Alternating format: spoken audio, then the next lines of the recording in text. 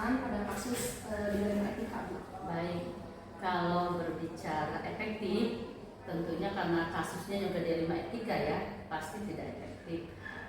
Hanya barangkali untuk pengambilan keputusan dilema etika ini, Ibu berdasarkan pedoman tadi ya, artinya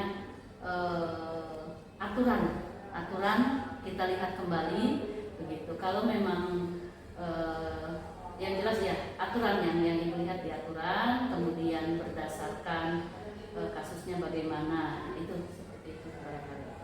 Jadi harus sesuai dengan aturan yang berlaku seperti itu ya, dalam pengambilan keputusan yang paling efektif seperti itu.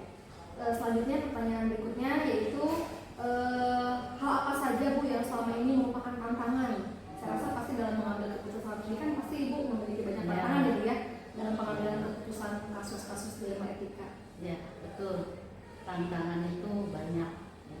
Tantangan dari diri sendiri yang memang harus sudah ini diambil keputusan ini. Kemudian tantangan dari lingkungan sekolah sendiri, artinya rekan kerja dan sebagainya. Kemudian tantangan dari masyarakat itu yang sering tantangan yang sangat-sangat mengganggu begitu. Kenapa saya katakan mengganggu? Karena memang di sisi lain keputusan itu harus diambil, tetapi di sisi lain kita harus berpikir oh ya masyarakatnya menerima enggak. Nah itu menjadi sebuah tantangan. Itu saja barangkali untuk langkah-langkah hal-hal apa saja yang efektif dilakukan ya, dan juga tantangan yang dihadapi dalam menghadapi kasus dilema etika ini. Karena memang ini kan menyangkut banyak pihak ya Bu ya. Dalam Ibu mengambil keputusan sudah pasti akan banyak pihak yang yang terlibat di dalamnya. Betul ya. Baik, terima kasih.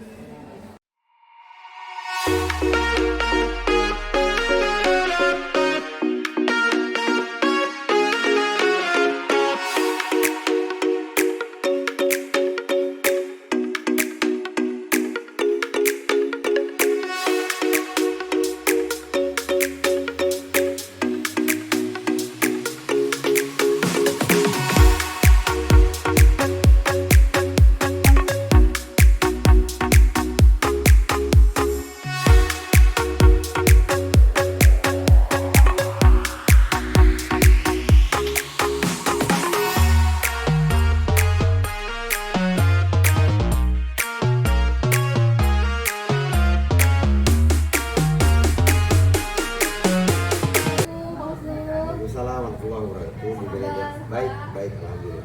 Sehat ya Pak ya? Alhamdulillah. Mohon maaf nih Pak mengganggu waktunya. Siap.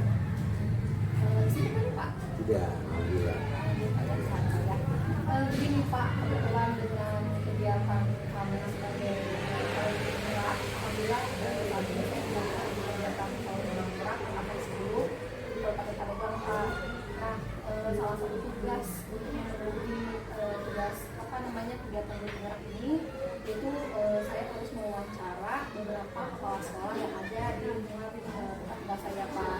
Dan satunya saya memilih Bapak sebagai kepala sekolah di PGS ini Pak ya, di Muhammad Global School di secondary ya Pak ya, di SMP. Boleh Pak, bisa Pak?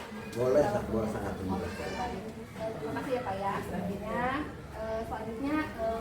pertanyaan yang saya ajukan itu Pak terkait dengan pengambilan keputusan Pak.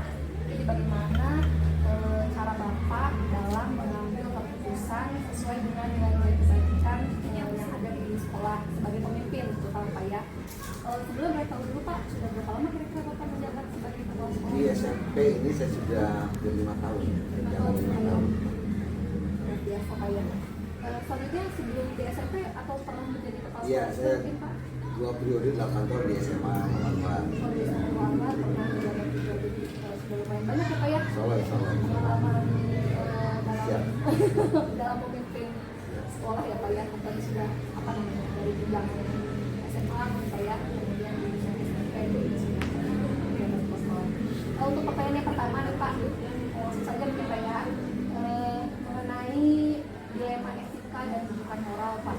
Kira-kira selama ini Bapak pernah nggak mengidentifikasi kasus-kasus yang merupakan dilema etika atau rujukan moral ya Pak? Ya, terima kasih atas pertanyaannya. Welcome to our session.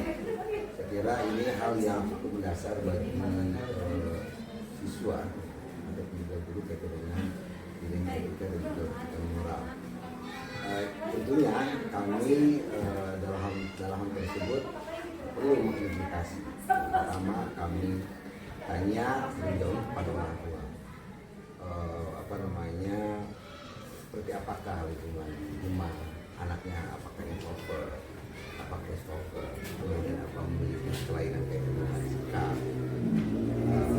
Juga kita tanya kepada teman sebayanya, itu saya kira penting pengajian berkaitan dengan etika, apalagi etika merupakan hal yang sangat mendasar karena tanpa etika ya apa ilmu, jadi tidak ada ilmu kalau tidak ada agama.